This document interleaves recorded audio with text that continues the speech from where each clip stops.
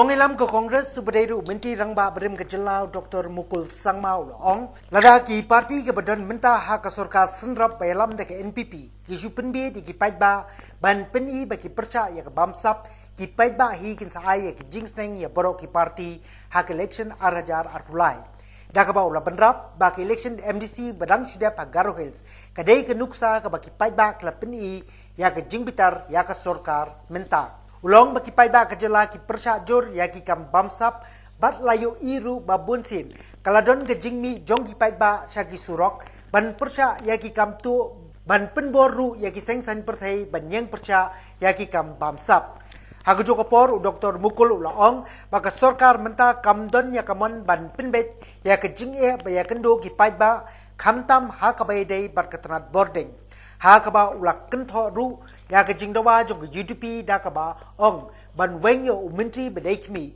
anla ban Pynbiej ya ki kendrum kenram ulaong baladakwa ban Pynbiej ya ke jing'e ni ya ki jingkeno Bamsap don kambet ban don da ke jing toket ke belai loj kabre ke kamram jong ke Sorkar bakan le both inside the house and outside the house this issue has been discussed, and obviously any important issue which concerns the state will have to be appropriately addressed whenever concerns are expressed.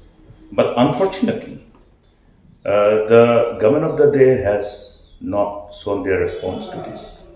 Meaning it is abundantly clear that the government has the intention to somehow shield all those so-called alleged irregularities committed. And that doesn't augur well for the state. Now, it's interesting to see that after the assembly session was over, other political parties have also expressed their concern, particularly the UDP. And there has been demand for relieving the power minister from the portfolio. But how does it help? You cannot just say that, okay, relieving the minister from the portfolio will set things right. If there are alleged irregularities, if the indicated scams which are coming to the public domain are to be believed, then there is a responsibility vested upon the government to protect the interests of the state. And to do so, an inquiry of an independent in nature is obviously the only option. Otherwise, it will be just an eyewash, an endeavor which will be just for playing to the gallery. Meaning, without looking at their responsibility towards the interests of the state, or in other words, towards protecting the interests of the state.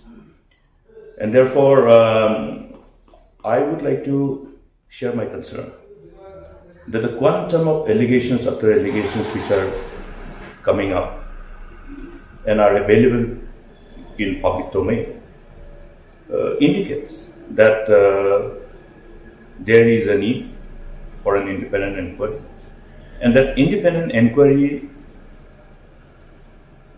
cannot happen unless the political parties in authority push for that. Now, we are seeing, okay, all those, whatever is being carried by media in respect of the concerns being expressed by political parties and demands associated with the political parties. But are they really looking at the actual response which is required from the government to come? Or in other words, are they only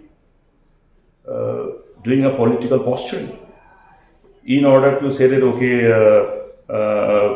whatever is going on will be corrected immediately after the minister concerned is relieved of the particular portfolio?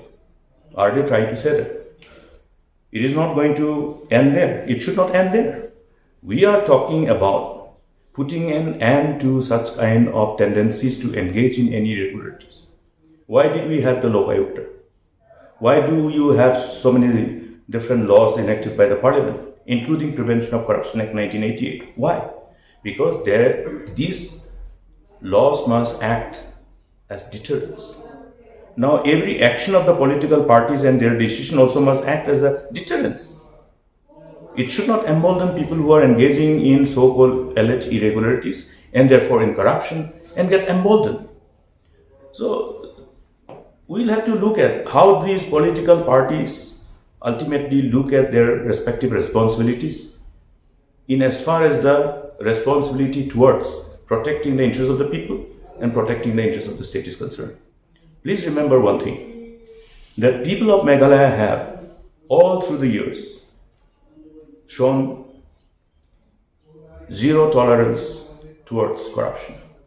We have seen a number of instances when people have come together to the streets, when people have been responsible to really compel political parties to take decision wherever perception of alleged corruption or irregularities have taken place. Forget about outcome of any inquiry. Even when there is a perception of alleged irregularity, even then people have come together. So I'm proud of that legacy of the people of the state. And this is what Meghalaya is all about. That's the brand we are proud of as a state.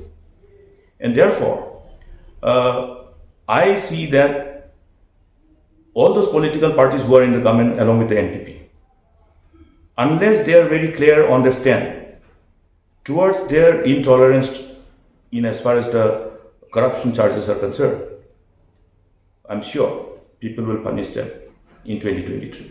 I have seen it happening now.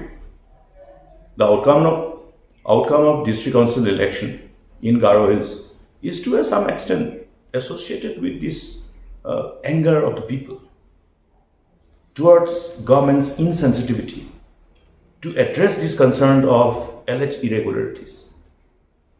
You have seen it. There has been so many